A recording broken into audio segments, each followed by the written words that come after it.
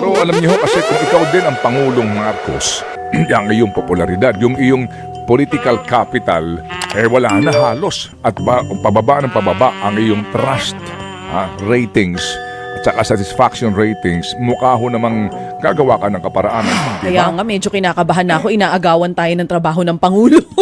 Siya na yung nag-report. Imbis na tayo ang magre-report, nauna na ang Pangulo. Tapos may time pa yung mga podcast ha.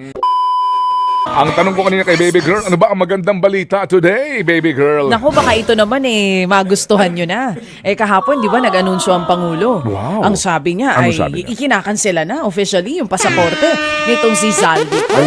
So nung umaga pa lamang, aga-aga kahapon, sabi ko para may something. Oo, ito mismo ang sinabi ng Pangulo. Anong sabi niya? Inuutusan ko ang DFA at ang PNP na makipag-coordinate sa ating mga embahada. Okay. Para masiguro na hindi makapagtatago ang hinahabol natin. Kapag napunta siya sa bansa nila, dapat i-report nila agad para maibalik natin siya sa Pilipinas. Sabi niya nung una, ipinapaalam ko sa inyo na nakansela na ang pasaporte ni Zaldico. At kinumpirma naman yan. Kinumpirma yan na alas 5 nga po ng hapon kahapon ay officially canceled na ang passport ni Zaldico. Kasi nga Good news ba yun? Hindi, sandali muna kasi po yan po ay court order, ano ho? So, kumbaga, unang nakaalam ang presidente. At kasi usually, ang mag-aanunsyo niyan dapat ombudsman o kaya po naman ng DFA. Pero Yes. dito ho, mismo ang Pangulo ng Pilipinas po ang nag-anunsyo.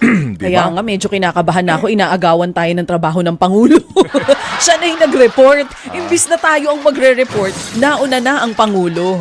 Tapos may time pa yung mga podcast ha. Hindi ba? Dire-diretso yung mga episodes niya sa kanyang podcast. Hindi Sa nga po. dami ng ginagawa ng Pangulo. Alam niyo ho kasi Pero siguro naman masaya na kayo ngayon. Kayong mga nagsasabi na ang tagal-tagal na hindi pa kinakansela Oo, tsaka ang passport ni parang Zaldi. aburahin yung isipan na mukhang may something. Oo.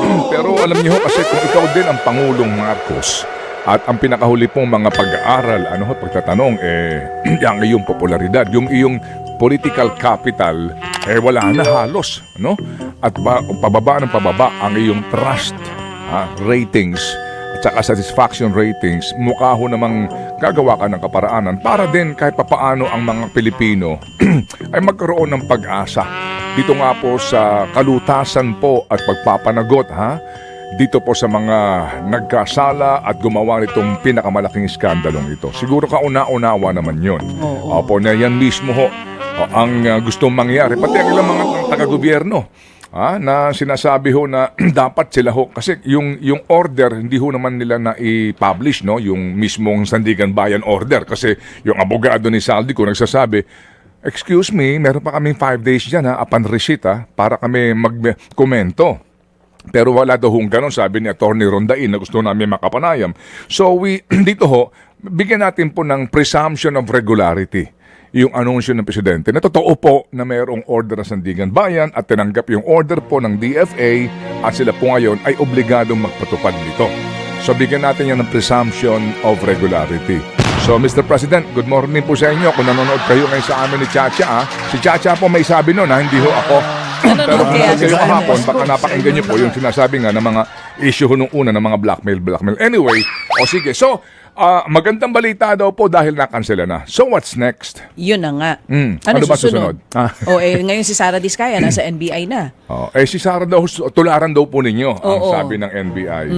Tularan nyo, hindi na kami pinahihirapan pa. Di ba? Mauna Tama ng naman. sumurrender. Oo. Kaya lang, meron pang isang balita. Yung daw pinsan yata ni Senator Mark Villar, umeska po na. May mga ganun din. Pumunta na daw ng Japan. Yung pinsan? Oo, yung pinsan. Tama ba pinsan ba ito? Oo. At kilarang apelido, pinsan ba o tsuhin? Hindi ko alam. Anyway, so dito muna tayo kay Zaldico. Bago tunghayan po si Sara na mukha hong umaatras doon sa sinasabi daw po na nakikipag-usap sa kanya ang DOJ at sinasabi nga na sandali lang, magkano ba may sasauli mo? Yan, ayaw daw nilang magsimula ang usapan sa pagsasauli ng pera. Diba? Siguro hanggang ngayon, iniisip nila baka kaya nilang itago yung kanilang mga kinita dito sa mga mga maanumalyang kontrata. Pero kay Zaldico, ang next step dyan, at kailan? Kasi dyan ho mga kapatid, ang atin di po mararamdaman, makikita ang sinseridad po ng gobyerno na mapauwi dito si Zaldi. Ang tanong dyan, okay, may order na po sa lahat ng mga embahada, etc. Kung gaano din po siguro kabilis, no, na pabalik dito sa Pilipinas itong si Arnie Teves. At kung gaano po din na-implementa ang Interpol sinasabing order to arrest.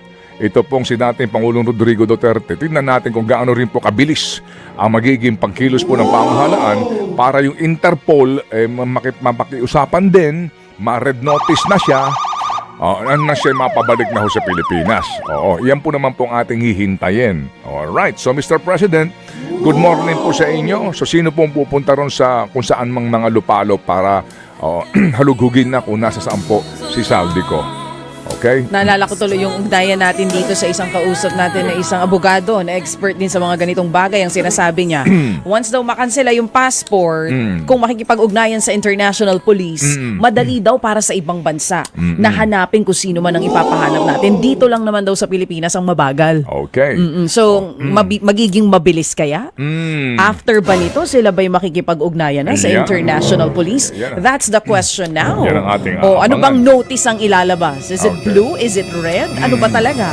Opo, sige po. So mga kapatid, abangan po natin, hindi pa ho dyan kung baga nagtatapos ang kwentuhan na iyan. So ako ho talaga naiintindihan natin ng Presidente. Dito po sa bukas makalawa, ano rin yan, yung mga, siguro pag naglabas din po ng iba pa mga aresto, siya na ang mag-a-announce.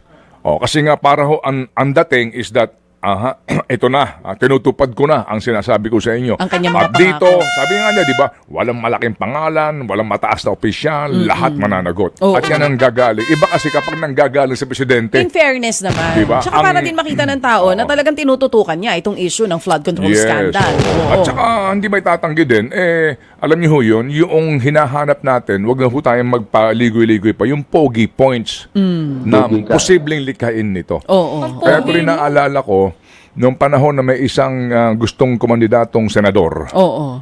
na opisyal ng gobyerno, para makakuha ng pogi points, siya nag-traffic. Anong taon Ayan, yan? si Big Boy, oh. Ipahanap ko nga yan. Di ba? Talaga. Big Boy, siya nag-traffic. Siya mismo ang gumitna. Siya, Oo, sa ano C5. kaya magandang... Abay, Oo. nag-traffic siya. Oo. Sigurado makakakita tayo niyan mga later next siya year. Nag-traffic talaga. Oo, Opo. siya nang nag-traffic. Huwag niyo maasahan ng Presidente na sa tindi ng problema ng traffic na siya ipapagitna sa kalsada. Uy, at siya hindi ang nyo naman magta-traffic. sure. Oo, malay nyo naman. Gawin nga ng Pangulo. Malay nyo, mamaya, subukan ng Pangulong bumiyahe sa EDSA nang malaman niya kung gaano ka-traffic ngayon. Nang kaya- naka-jeep. Nang naka-jeep. Para O kaya... patunayan niyan rin, Oo. itong sinasabi na naman ni Chairman Artes. Oo nga, Ikaw talaga. nasisi na naman yung mga mall-wide sale, ano? Hindi lang yon, Chairman Artes talaga. Okay ka talaga, Chairman, ha? Ikaw talaga, Chairman. Ang panawagan mo na naman sa amin, wag na kaming gumamit ng ating mga sasakyan at mag-commute. mag-commute daw Oo. para makabawas sa dami ng auto sa kalsada. Kasi nga, ang sinasabi niya, ito daw kalsada natin. Halimbawa, itong EDSA. Limitado. 450,000 na ngayon ang mga bumabiyahe. Pang 250,000 lang daw na sasakyan Oo, yan. oo. Oo, so sobra-sobra na. So, ang sabi nga niya sa ating pong mga, ito ho, sa mga middle class, sa mga nakakotse ngayon, na hulugan, opo, sa mga naghahatid po sa mga bata, sa lahat din po ng mga may obligasyong umalis na maaga para po hindi malit sa mga trabaho, mag-commute daw po tayo. Ang problema ko, Chairman, wala akong masasakyan kasi madaling araw ko umaalis. Oo, at wala pa hong masyado bumabiyahe niyan dito po sa akin pinanggagalingan. Pero siguro, Chairman, ito po, maganda. Oo. Pakita nyo nga po sa amin, please. Mauna kayo.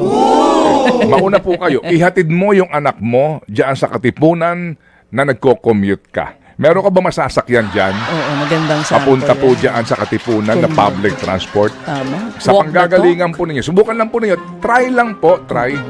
Okay. O kaya pupunta ka sa office mo dito sa EDSA, Mandaluyong, sa MMDA office. Sige nga po, mag-commute po kayo galing sa iyong tinitirhan na subdivision. Mauna po kayo. Mauna po kayo. Okay, sige. Okay? So, sinasabi mo, gawin mo. Yan, Chairman, Walk ha? the talk, ika nga. Oo. Okay. Chairman, ito ho naman po, pakiusap lang po naman ito. Opo. Hindi ho namin kayo pinipilit, no? Pakiusap lang po ito. Alright? But don't worry po, ha? Amin pong ipopromote ang Manila's Finest. Nakasali sa Metro Manila Film Festival ngayong taon. Oo. Ay, nako, alam nyo, sometimes talaga or kadalasan parang wala silang connect, no? Wala silang connect, mga kapatid, no, sa nangyayari. Kung bakit obligado pong magpundar ng sariling kotse ang ating pong mga kababayan, kahit na pong matraffic ka, kahit pa paano, at least na andong ka sa loob ng kotse mo. Yan, kahit na nagtitiis ka. Kasi nga naman, di ba, paano ka naman makapag-commute itong LTFRB nga? Hindi ba? Hindi ho maiayos ng mga linya ho ng jeepney. Ito hong ating mga tren, kulang na kulang. Ay, isa-isahin ko ba naman ito? Kayo naman. Sige. Kabisado nyo na yan. Alright. Oo. Pero ang maganda nga pong balita, Meron pa? Oo. Ano? may panukala po na buwagin na ang Kongreso. Alay ko po. Hindi ako nagbibiro, ha? May mga nagsasuggest alam nyo, talaga. may mga ganito na pong usapan. The fact na meron pong isinusulong, na umano ay pagbabago sa ating saligang batas. May mga nagsasabi, mga kapatid, na hindi kaya ang ating din problema ay yung pong structural, ito hong ating pinaiiral na sistema po ng ating demokrasya. Think about it, ha, mga kapatid. Pag-isipan po din ninyo. Opo, kasi ngayon, hindi may tatanggi, di ba? Itong lower house, kahit na po din anong gawin po ni Bo GD. By the way, good morning po, Speaker, ha? Kinakabahan ako, ha? Mga, alam mo, Direk Joey, ikaw, matagal ka nang interesado sa mga takbong pampolitika sa Pilipinas. Parang dumadami at dumadalas itong mga statement ng kung sino-sinong mga congressman sa Southern Luzon, pumirma daw ho ng Manifesto of Support. Yung mga taga Northern Luzon ng mga congressman, pumirma ng support. Yung mga ganito. Alam niyo pag nangyayari yan, parang may mangyayari. Papansin mo, lahat yan, ha? Sa lahat ng mga pangyayari na may mga Manifesto of Support doon sa speaker na nakaupo, mukhang may nangyayari. Kasi dito po, ang mga pumipirma, hindi partido. Dapat dyan partido. Dapat parties. Dapat parties dyan, ha? Magmamanifesto. Kasi, ang mga yan, sabihin na po natin pipirma ngayon yan, at the end of the day, utos ng partido, I mean, magpakatalino po tayo dito, ha? Yung Manifesto of Support, mga congressman sa gantong region pumirma. Ang mga congressman sa gantong pumirma. Party list ganto pumirma. In support daw po of the speakership ni Bo GD. Pagkatapos ng mga pirmahan, ano susunod? May tanggalan? Sa May totoo lang, ha? palitan? Ako, baka iraos lang itong budget na ito. Sinong papalit? Ha? Dalawa. Naku po, huwag naman sana yung isa.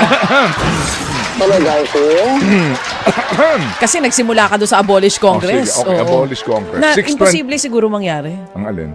Tatamaan sarili nila, gagawin pa nila yan. Hindi, ito mamaya pag-usapan po natin ito ng factual and kumbaga theoretical po. Oo. Kung bakit to dapat din natin pag-isipan na baka naman panahon na po na i-abolish ito at gumawa ng iisa na lang kongreso. Sa napakaraming kadahilanan, kasama dyan po ang budget. Kasi ngayon, pag pinag-combine mo, ang laki ng perang ginagasta ng bayan para sa kanila. At sa gitna nito pong ating napatunayan din po ngayon, na conflict of interest sa maraming miyembro po ng lower house na involved dito po sa skandalong ito, itong mga kontratistang ito. And then yung pong political dynasty na yan, na issue, etc., baka naman napapanahon na ilatag ito bilang isa sa mga solusyon sa itong ating kinakaharap na problemang ito. Anti-dynasty provisions plus pagbabago po sa sistema po ng ating pamahalaan. So makakatipid tayo, tapos mababawasan sila. Gusto natin yun. Oo. So mangangalahati sila. Kokonti ang ating susweldohan. Babawasan po sila at magkaroon ng reforma doon po sa kanila pong kakatawanin. Pati ho yung party list na iyan.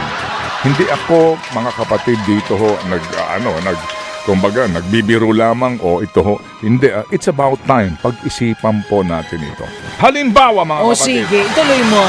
Pag-isipan at pag-usapan dapat. Mamaya na po. Sige.